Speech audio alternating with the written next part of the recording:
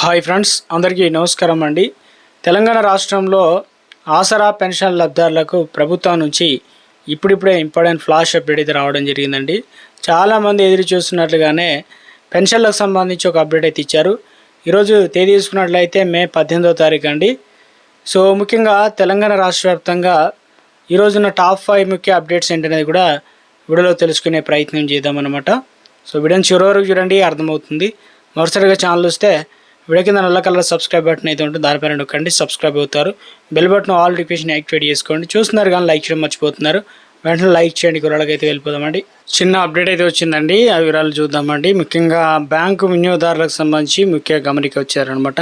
అంటే bank account ఎవరికైతే ఉన్నారో వారందరికీ కూడా బ్యాంకు లావాదేవీలు ఏవైనా కనుక ఉంటే సో ముందే చూసుకోండి. ఎందుకంటే వచ్చే వారంలో 4 రోజులు మనకు బ్యాంకు సెలవులు అయితే ఉన్నాయి కాబట్టి వరుసగా సో మన లావాదేవీలకు సంబంధించి సో అదేంటనే చూద్దామండి. బ్యాంకు వినియోగదారులకు సంబంధించి అలర్ట్ ఇచ్చారనమాట. మే నెలలోనే 9 రోజులు సెలవులు ఉన్నాయి. ఇక వచ్చే వారంలో ప్రైవేటు ప్రభుత్వ రంగ బ్యాంకులు మే 18 నుంచి 24 రోజుల మధ్య అంటే 2 రోజుల పాటు బ్యాంకు వేయబడతాయి. అదేవిధంగా state bank of India, HDFC బ్యాంకులు, ఐసిఐసిఐ బ్యాంకులు అన్ని సెలవులు అయితే రానున్నాయి కాబట్టి సో నార్మల్గా బ్యాంకులు 2, 4 శనివారాలు అన్ని ఆదివారపు వారాంత సెలవులు అయితే ఉంటాయి.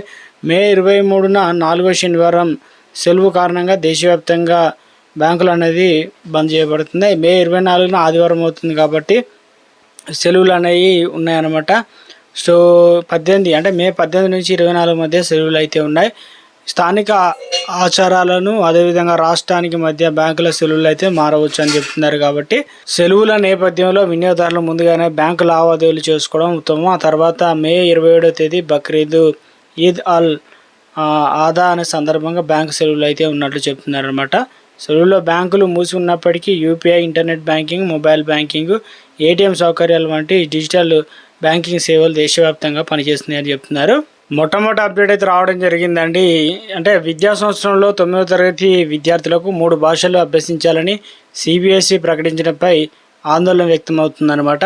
మరో అప్డేట్ చూసుకున్నట్లయితే సుప్రీంకోర్టులో న్యాయమూర్తుల సంఖ్య 34 నుంచి 38కి అయితే చేరనుంది. ఈ మేరకు కేంద్రం ఆర్డినెన్స్ అనేది జారీ చేసిందనమాట, ఒక అప్డేట్ ఇచ్చారు. మరో అప్డేట్ చూసుకున్నట్లయితే భారత్కు చేరిన మరో ఎల్పిజి నౌక అనమాట. 20,000 మెట్రిక్ టన్నుల ఎల్పిజితో ఏవి సైమి అనగా నౌక హార్ముజ్ జల సంధి దాటి గుజరాత్ కాండ్లాలోని దీన్ దయాల్ పోర్టుకు అయితే చేరుకుందనమాట. తొలి బెర్త్ బెంగళూరుదే. ఇక ప్లే ఆఫ్లో చేరిన ఆర్సీబీ పంజాబ్పై గెలిచి 18 పాయింట్లతో అగ్రస్థానంలో నిలిచింది అనమాట. వెబ్సైట్ ఏదైతే ఉన్నాయో ఫలితాలకు సంబంధించి ముఖ్యంగా బాలికదే పై చెయ్యి అంటూ ఒక ఆర్టికల్ అయితే వచ్చిందనమాట. సో ఇప్పటివరకు ఇంజనీరింగ్ టాప్ సంబంధించి ఋషి 10లో టాప్ 2 విద్యార్థులు ఏపీ విద్యార్థులు. గత ఏడాది కన్నా పెరిగిన అర్హత. ఇక వారంలో ఫలితాలు వెల్లడి. ఇంజనీరింగ్లో 73.36%, అగ్రికల్చర్ ఫార్మసీలో 86.6% మంది ఉత్తీర్ణత అయితే సాధించారనమాట. పెట్రోల్ ధర పెంపు కేంద్రం చేతిలో లేదు. ఇక యుద్ధ ప్రభావంతో పెట్రోల్, డీజిల్ ధరలు పెరిగాయి. ఇక ముడి చమురు ధర తగ్గినప్పుడు కేంద్రం ఎక్సైజ్ డ్యూటీని తగ్గించిందనమాట. కేంద్ర మంత్రి G Kishan Reddy so update అనేది ఇవ్వడం జరిగిందండి. ముఖ్యంగా కాంగ్రెస్ 2.5 చేసింది ఏమీ లేదు, బీఆర్ఎస్ హయాంలోనే రాష్ట్రం అభివృద్ధి చెందిందని, బాలిక పైన అత్యాచార కేసులో నోరెత్తని బీజేపీ, కాంగ్రెస్ కేంద్ర మంత్రి బండి సంజయ్ను బర్తరఫ్ చేయాలి, బీఆర్ఎస్ వర్కింగ్ ప్రెసిడెంట్ కేటీఆర్ వ్యాఖ్యలు. విద్యార్థులకు సంబంధించి ఒక అప్డేట్ ఇచ్చారండి. ఇక ఏదైతే సంక్షేమ గురుకుల విద్యా సంస్థలోని విద్యార్థులకు శుభవార్త. విద్యార్థులకు డైట్ ఛార్జీలు, కాస్మెటిక్ ఛార్జీలతో పాటు ప్రైవేట్ భవనంలో ఉన్న వాటి అద్దె కూడా ప్రభుత్వం ప్రతి నెల విడుదల చేయనుందనమాట, ఒక అప్డేట్ అయితే ఇచ్చారనమాట. తెలంగాణ రాష్ట్ర వ్యాప్తంగా పింఛన్లకు సంబంధించి ఎదురు చూస్తున్న వారందరికీ ఇప్పటికే దరఖాస్తు అనేది చేసుకోవడం జరిగింది కదా. అయితే కాగా బడ్జెట్లో ఇప్పటికే ప్రకటించిన 2 లక్షల పెన్షన్తో పాటు మరో కొత్త పథకం రేషన్ కార్డు పంపిణీకి ప్రభుత్వం ముహూర్తం దరఖాస్తులకు సంబంధించి అర్హతలపైన నిర్ణయం తీసుకుందని చెప్తున్నారు. అదే సమయంలో ప్రభుత్వం వీటికి సంబంధించి మరో ముఖ్యమైన నిర్ణయం తీసుకున్నారనమాట.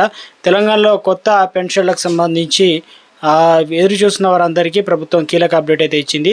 తెలంగాణ రాష్ట్ర అవతరణ దినోత్సవం సందర్భంగా జూన్ 2వ తేదీన 2 లక్షల కొత్త పెన్షన్లు అయితే ఇవ్వబోతున్నట్లు ఇక కార్మిక గనుల శాఖ మంత్రి గడ్డం వివేక్ ప్రకటించారు.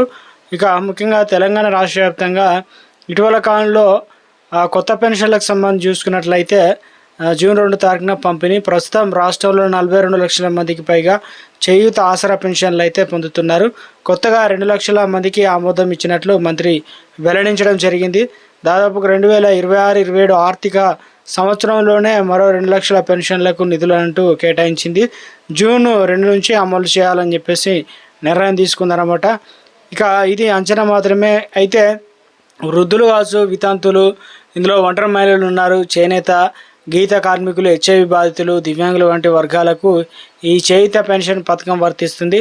ప్రస్తుతం ఇందులో వచ్చేసి వృద్ధులు, వితంతువులు మొదలైన వారికి నెలకు ఎంత ఇస్తున్నారంటే 2016 రూపాయలు అయితే అందజేస్తున్నారు. దివ్యాంగులకు వచ్చేసి 4016 రూపాయలు అయితే అందజేస్తున్నారు.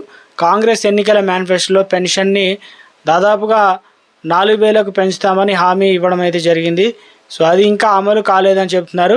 సో ఇప్పటివరకు పెన్షన్ పొందకుండా కొత్త పెన్షన్ పొందాలి అనుకునేవారు గ్రామ సభలు, ప్రజావాణి దరఖాస్తులు అనేది చేసుకోవడానికి అవకాశం ఇచ్చారన్నమాట. సో రాష్ట్ర ఆయుర్వేద దినోత్సవ సందర్భంగా ఇక తెలంగాణ రాష్ట్ర వ్యాప్తంగా ఇవన్నీ కూడా అమలు చేయబోతున్నట్లు ఒక అప్డేట్ అయితే రావడం జరిగిందనమాట. సో ఇప్పటికే తెలంగాణలో బోగస్ పెన్షన్లు ఎవరైతే పొందుతున్నారో వారికి ఇళ్ళ వద్దకు లబ్ధిదారులకు ముఖ్యంగా వచ్చి లబ్ధిదారుల ఇళ్ళ వద్ద ఫేషియల్ రికగ్నిషన్ గుర్తింపు ద్వారా లబ్ధిదారులను అర్హత ఉన్నట్లయితే గుర్తిస్తారు. సో ఫేషియల్ రికగ్నిషన్ పనిచేయకపోతే వేలిముద్రల ద్వారా కూడా వారిని గుర్తించుతారన్నమాట. తద్వారా అనర్హులను, పింఛన్దారులను, మృతి చెందిన వారిని పింఛన్లు తొలగించాలని ప్రభుత్వం భావిస్తుందన్నమాట. సో ఈ లెక్కన చూసుకున్నట్లయితే నెల 20 తేదీ నుంచి దాదాపు వచ్చే నెల 15వ తేదీలోపు ఈ కంప్లీట్ చేయబోతున్నారన్నమాట. ఇప్పటికే వారి యొక్క మొబైల్లోనూ అధికారులకు పంచాయతీ గ్రామ కార్యదర్శులకు, మున్సిపల్ సిబ్బందికి ఒకరోజు ట్రైనింగ్ కూడా ఇచ్చారన్నమాట. వారి యొక్క మొబైల్లోనే ఫేషియల్ రికగ్నిషన్తో పాటు వేలిముద్రలు తీసుకొని ఇక మంత్ర యాప్ను డౌన్లోడ్ చేసుకోవాల్సి అయితే ఉంటుంది. దీనిపైన సిబ్బందికి కలెక్టర్లు ఒకరోజు శిక్షణ అయితే ఇచ్చారన్నమాట. సో ఇవన్నీ కూడా ఒక అప్డేట్ అనేది ఇచ్చే ప్రయత్నం అయితే చేయడం జరిగిందన్నమాట. అంటే ఒకసారి లబ్ధాలు ఇంటికి వెళ్ళి ఫేషియల్ రికగ్నిషన్ చేపడితే వాళ్ళు ఉన్నారా లేరా అనే విషయాన్ని కూడా బయటపడుతుంది. ప్రభుత్వం లైవ్నెస్ అథెంటికేషన్ శ్రీకారం చుడుతుంది. వాస్తవానికి కాంగ్రెస్ ప్రభుత్వం అధికారంలో వచ్చిన తర్వాత అనర్హులైన లబ్ధాలకు, మరణించిన లబ్ధాలకు గుర్తించి వారి పేర్లను తొలగించాలని సంబంధిత శాఖ అధికారులకు ఆదేశించినప్పటికీ అది పూర్తిస్థాయిలో విజయవంతం కాలేదు. కేవలం కొందరు చనిపోయిన వారి పేర్లు మాత్రమే తొలగించారు. ఇంకా మరికొందరు చనిపోయినా కూడా వారి పేరిట పింఛన్లు పొందుతున్నట్లు ప్రభుత్వం గుర్తించింది. లైవ్నెస్ అథెంటికేషన్ చేపడితేనే బోగసు లబ్ధారులు బయటపడతారని ప్రభుత్వం అందుకే ఈ చర్యలు చేపడుతుందన్నమాట. సో ముఖ్యంగా ఇవన్నీ కూడా ఏదైతే అనర్హులు ఉన్నారో వారందరినీ తొలగిస్తారనమాట. కొత్తగా పింఛన్లు మంజూరు అయ్యాన. సో ఇక ప్రభుత్వం చెప్పినట్లుగానే కొత్త పెన్షన్లు అంటే అలాగే పాత పింఛన్దారులో దివ్యాంగులకు 6,000, ఇతరులకు 4,000 రూపాయలు పెంచుతామని హామీ ఇచ్చారు. కానీ ఆ హామీ అనేది నెరవేరలేదన్నమాట. సో ఇప్పటివరకు ప్రభుత్వం నిర్వహించిన ప్రజా పాలన కార్యక్రమాల సందర్భంగా జిల్లాలో అనేక మంది కొత్త పెన్షన్ల కోసం దరఖాస్తులు అయితే చేసుకోవడం అయితే జరిగిందన్నమాట. సో త్వరలోనే బోగస్ పెన్షన్లు ఏరివేస్తా, అదేవిధంగా కొత్త పెన్షన్లు అయితే ఇవ్వబోతున్నారంటూ ఒక అప్డేట్ అనేది ఇవ్వడం జరిగిందని మనకు